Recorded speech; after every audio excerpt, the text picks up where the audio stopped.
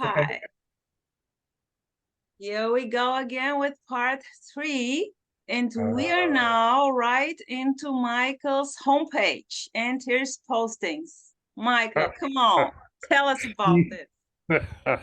oh, um, on my homepage on Facebook, I post 20 or 30 posts every day. Some I try to stretch out and extrapolate as far as I can, and some are short, and some are haikus. And it's just a playful interplay of ideas, and people respond, and sometimes they disagree, and sometimes they don't. And it's a playground. It's a dog park where all types of people get together and play and experience new experiences and things. I have one of my favorite saying, it feels like a dog unleashed at the beach. And I watched them. They they unleash a dog and they just go crazy. They run to the ocean, they run back, they run. Oh, it's just crazy. It feels like that to me. And when people get what I don't know, some people disagree, and that seems to perfectly okay. We're all different brains. To me, it feels like brains talking to brains. The person is the tool that the brain uses to communicate to other brains. It feels like that to me. Sandra was talking about how growing up, he didn't feel like a person. And Correct. Yes. I love that idea. And I really relate to it. I always thought there was something wrong with me. In school, I was the child that looked out the window thinking, why am I learning Latin? Why do I have to take Latin? I and I hated math. Was I just couldn't get it. I flunked college algebra twice, and the teacher saw me in the room. He said, "Mr. Markham, just write some stuff down, and I'll give you a C." And he said, he knows how tortured I was with math. And so I passed college algebra. Anyway, we were talking about this, Sandra's idea of not feeling like a person. Yes. And I, I relate with that. Um, I always knew something was wrong. I couldn't quite pin it down, but now this seems to pin it down for me. That and we can't, of course, feel like a person because there is no person. It's the brain fooling itself in a way, um, that it's the self, the sense of self is a phantom, a chamara, dancing. It's a shadow puppet dancing in the light of awareness. Um, it's not real. So how could it feel real? And it doesn't. Exactly. Yeah. Some people, and they are the ones who will wonder what's going on, and those are the ones who say, who am I? They are the ones who become familiar with non-duality and explore the nature of being, and they are the ones in whom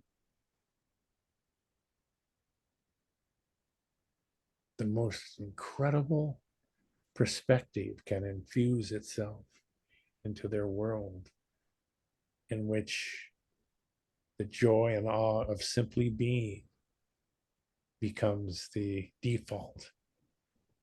Always falls back to this joy and awe of simply being. You can watch it with dogs playing together, enjoying each other's company, sometimes getting mad at each other. um, the freedom of a world without objectification. The brain can live in two worlds of imaginary separation and the joy and awe of simply being. It's not beyond. That's part of objectification also. We can't leave the dream. We are the brain's dream. There's no escape. This is it. One time I wrote a short thing about a young prisoner, and he's in prison, and his hands are on the bars looking at the mountains, the snow-covered mountains in the distance. Saying out loud, he says, "What do you suppose is out there beyond those mountains?" Long pause, and the old timer from the top bunk in a gravelly voice says, "It's all prison, kid. This is all prison. We are confined to the world of I amness, and it is as big and wonderful as any brain could possibly imagine. Total freedom just to be. It's so easy just to be." Michael, here I was talking to a friend and I was very enthusiastic about, full on whatsoever, no matter what. And then I just heard, I heard this coming out. The freedom is, simply that there is no freedom, And this was so beautiful in a way. But it was not about the word freedom, It was simply about beyond the concepts. What is being, Michael? What is being? Just be. What is this? Oh my goodness. Again, one time this thought came that, and it's kind of a play on the song. It says, freedom's just another word.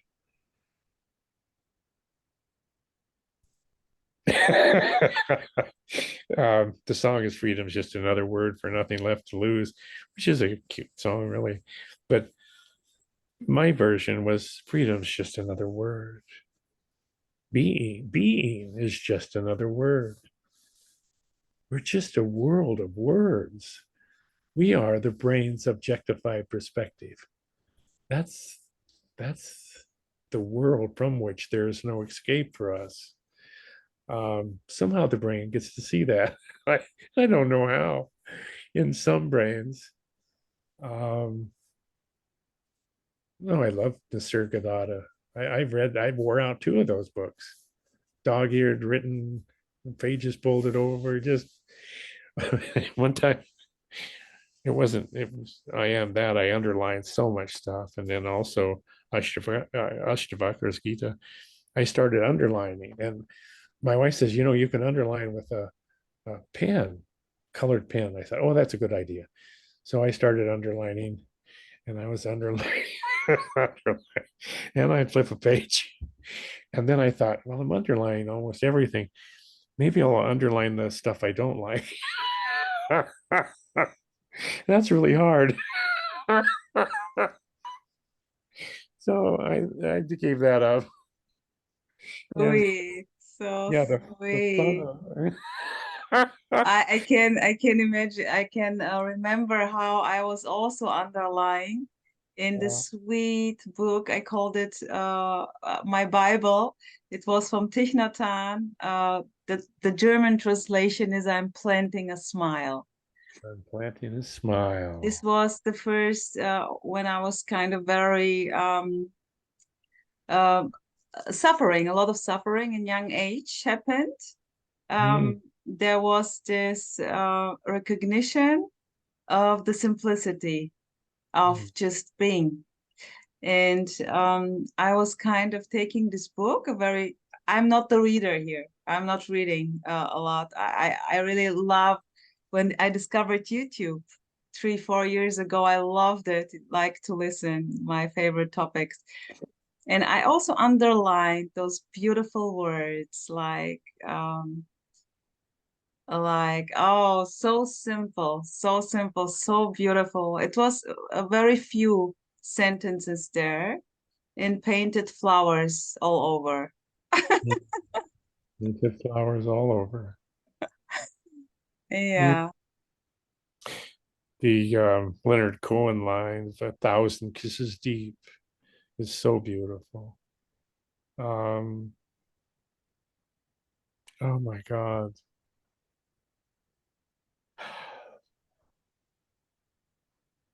I did hospice work for years, and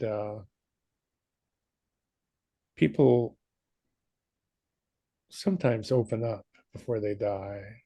There's no reason to cover up, hide behind stories, and sometimes they open up and think, "Oh my God, why didn't I see this?" My mother-in-law, when she died, my daughter loved her very much and had her head resting on her chest for 4 hours while she was dying. And I've been with enough dying people to know that you can never tell when someone dies. Sometimes there'll be a long period where they don't breathe. And then all of a sudden they go, the body wants to live.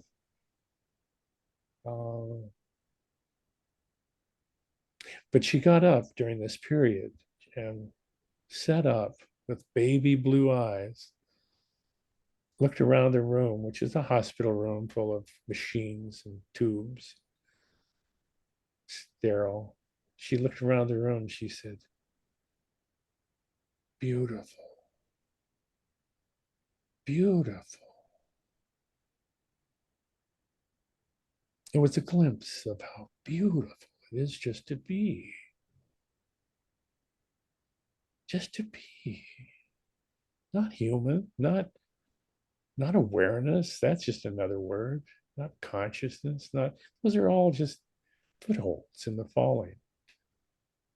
One time I was talking to Wayne Lickerman and he said something, and I feel like I'm falling, Wayne. He said, "That's cool." I said, "No, I really feel like I'm falling." He said, "Well, let go of the falling." Because I was hanging on to the falling. Even let go of the falling. Take you, go wherever the river is going to take you anyway. uh, it's floating down this river with other people, most of whom are submerged. Sometimes you stick your head up and look around, and somebody else will catch your eye and they'll smile and they'll go back into the river, and then you go back into the river.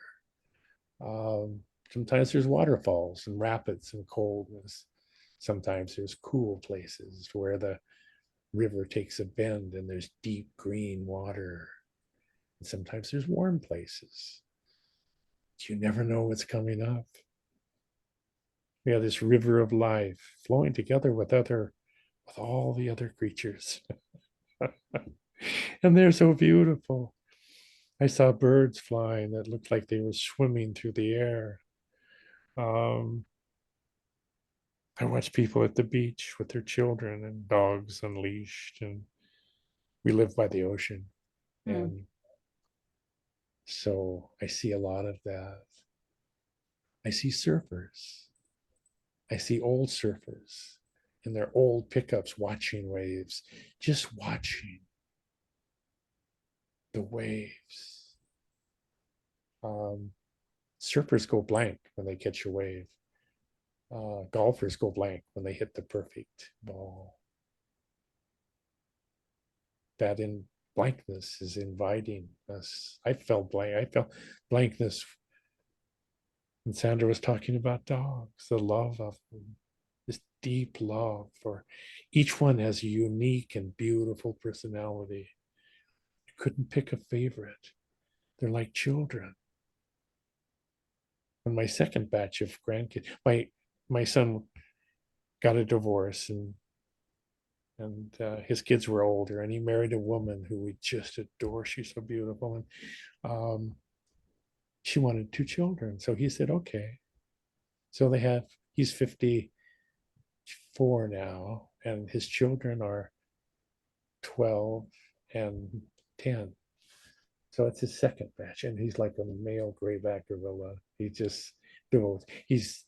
wealthy enough where he doesn't have to work. So he spends all the time. He built a swimming pool for him, a big swimming pool. And they have so much fun. They invite your friends over.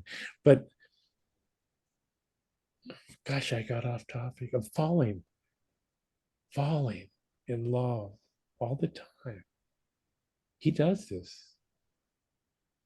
His oldest son is graduating from Cal Poly, which is a very prestigious school, and got a job offering in San Francisco or San Diego. And my son's thinking to help maybe buy a small house wherever so he can be close to him.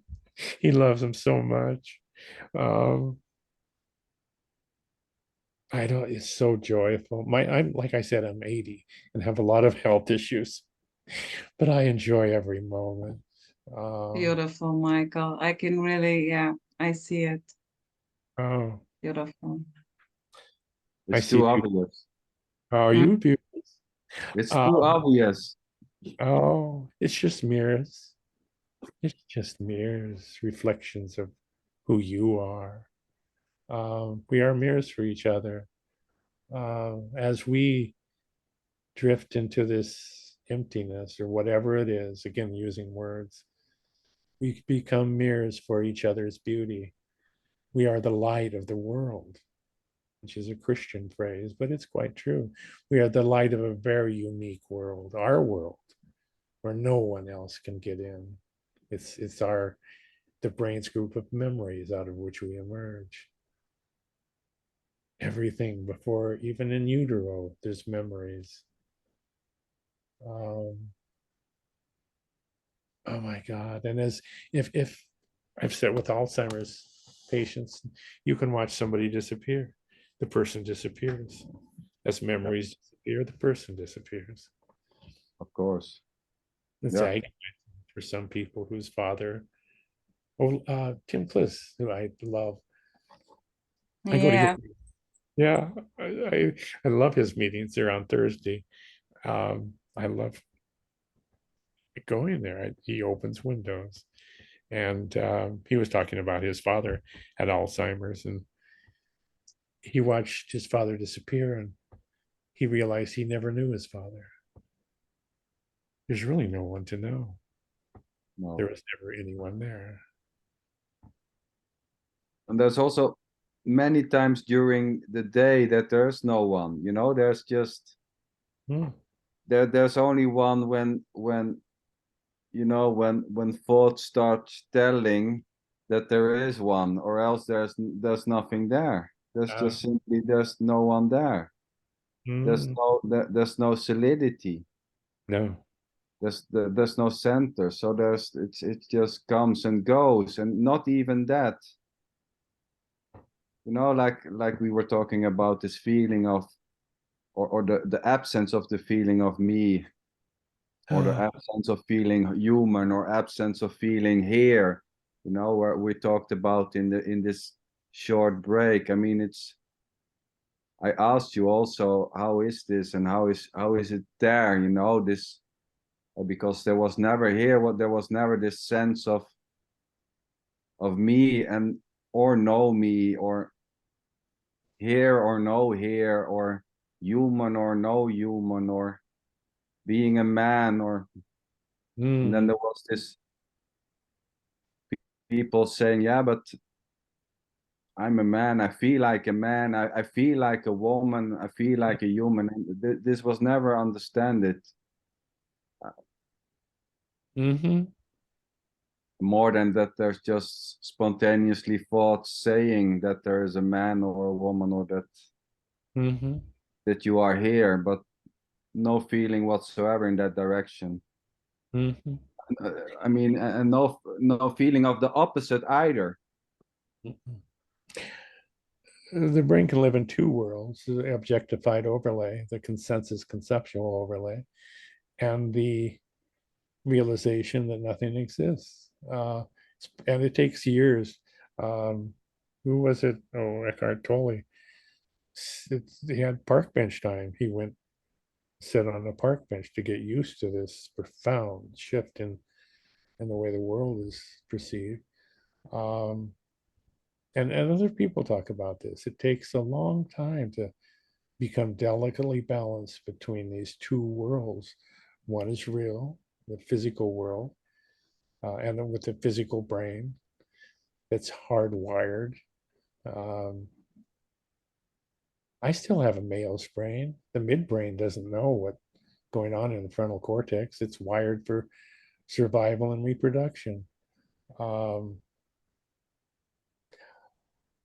if someone hurt my wife, one time in a dream, someone pulled my wife's hair, and she's so sweet and gentle. She's just wonderful. In a dream, someone pulled her hair, and she went, "Oh!" And so I went after this guy. I was going to get him, and I woke up. And for the next couple of nights, I tried to dream him up again so I could trounce the hell out of him. And I knew how silly that was, but I still wanted to get him. That's living between two worlds, one imagined, one real. Our Michael, what is reality? Oh, it's just another word. There's Exactly. no such thing. We go Just out as and look for it. unreality. Unreality is just another word, you know? Just another word. Yeah, it's a worded world. I used to go to my friend's, who's as old as I am. He was a philosophy professor, and I used to go down to his class and talk to the students. And it was an 8 o'clock philosophy class, so 18-year-olds at 8 o'clock in the morning. Half of them were looking out the window, like puppies. And so here I am talking about non-duality. And some of them would start to write. And I'd say, "Oh, don't write this down. You don't have, there's not going to be a test on this." And so usually close to the beginning, I would offer them $1,000. And I have $1,000 on me. I said, "I will give you $1,000 if you can think of anything that doesn't have a name." And they almost all of them. Every $1,000 is a lot. Beer is expensive. So Oh, you're so cute. so they would think, and they'd look around the room. And I said, "Oh, you can look outside the room if you want." And so one kid raises his hand. He says, "Nothing." I said, "Oh," I said, "No, we call that nothing." That's his name. So Exactly, yeah. yeah, so no one ever took my money. Actually, it was Monopoly money anyway. Just in case someone could think of something that didn't have a name. Of course, they couldn't. And I said, "That should tell you a lot." And I don't know, out of the times I went there, I caught like 3 people who really, one kid started to cry and he wanted to talk after. And I knew what had happened to him. He was one of the few who were wired to be open to this and thought he was going crazy. One was an old doctor who came to the philosophy class every year, like 10 years in a row, just to listen. And he was caught. I don't remember. The other one was a young lady, and I don't remember what her reaction was. But out of, I don't know, lots of kids. Yeah, Three, beautiful. yeah. Beautiful. I can sense when here I'm not here just talking about this or that, no matter what. And when there is no control what kind of impulses are.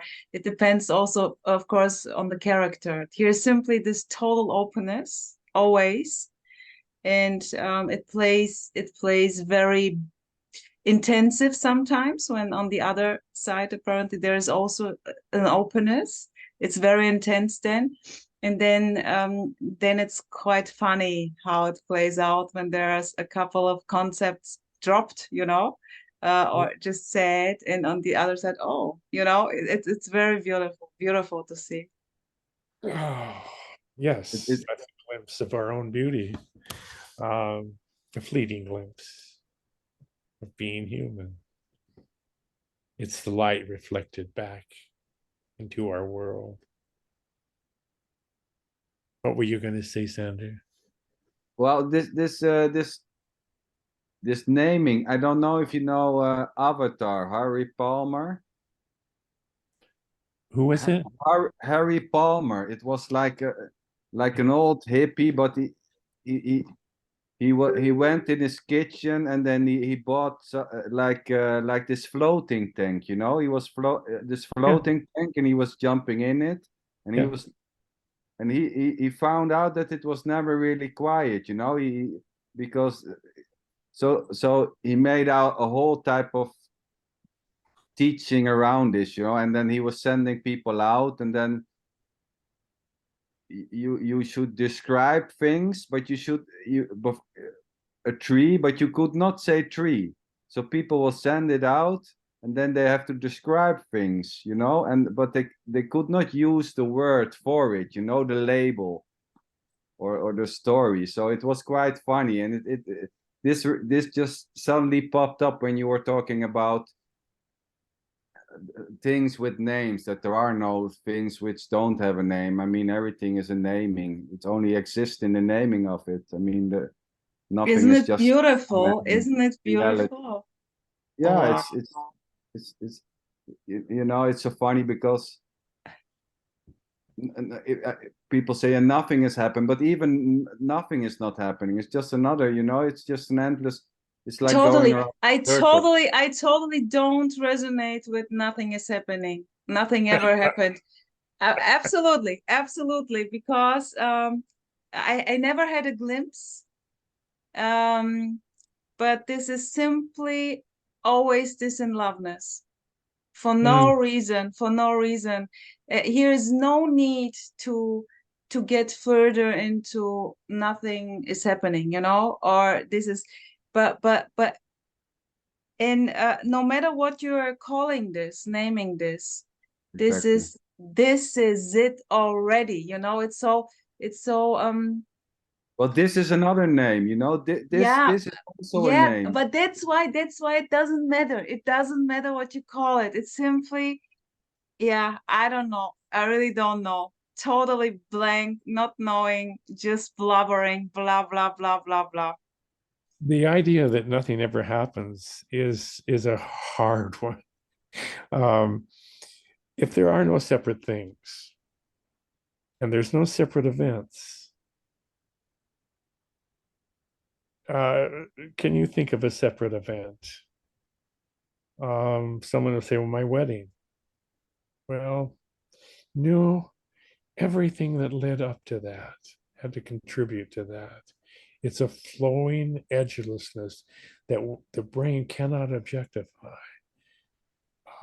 There's no separate events anywhere. Um, Two people came together out of different worlds, and they got involved. They decided to make a commitment, and then they move on from. It's not a separate event. There are no separate events. There are no separate things. Mountain. One time I said I brought the line around Arunachala to my backyard, so I don't have to go to India now. There's no line around Arunachala.